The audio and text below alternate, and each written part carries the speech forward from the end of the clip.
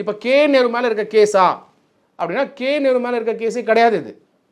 அதான் நீங்கள் புரிஞ்சிக்க வேண்டியது. நேற்றுலேருந்து நிறைய பேர் வந்து ஊடகங்களில் பார்க்கும்பொழுது கே நேரு ஏதோ வந்து ஊழல் வழக்கு இருக்குது, அது மேலே வந்து என்ஃபோர்ஸ்மெண்ட் டைரக்டரேட் வராங்க அப்படிங்கிற ஒரு ராங்கான இன்ஃபர்மேஷன் ஸ்ப்ரெட் ஆகிறது நம்மளால் பார்க்க முடியும். கே நேரு வீட்டில் கூட ரைட் பண்ணல. கே நேரு தொடர்புடைய இடங்களில் தான் மட்டும் அவங்க பையன், அது மட்டும் இல்லாமல் அவங்க சகோதரர் வீட்டில் மட்டும் தான் ரைட் கண்டக்ட். அதான் சொல்ல வரேன். ஸோ ஒருத்தரோட வீட்டில் ரெய்டு கண்டக்ட் பண்ணுறதுனாலேயே அவருக்கு வந்து ஊழல் வழக்கு இருக்குங்கிறத ஏன் அதை புரிஞ்சுக்கிறாங்கன்னா, செந்தில் பாலாஜி அவரோட கேஸை பார்த்து அது நினச்சிக்கிறாங்க. இன்னைக்கு இடி கேஸ் ஆகப்பட்டது தமிழ்நாட்டில் வந்து பிரபலமானதுக்கு காரணம் செந்தில் பாலாஜி அவர்கள். செந்தில் பாலாஜி அவர்கள் டிரான்ஸ்போர்ட் டிபார்ட்மெண்ட்டில் இருக்காரு, அதிமுக கவர்மெண்ட் இருக்கும்போது இருக்காரு, அங்கே ஊழல் பண்ணுறாரு. டிஎம்கே தான் அந்த கேஸை போட வைக்கிறாங்க by persuading it and also giving complaint through யாரெல்லாம் வந்து அவேர்னஸ் உருவாக்கி அந்த சோஷியல் அப்ஜெக்டிவ் வந்து பண்ணி தான் அவர் மேலே கேஸ் வருது.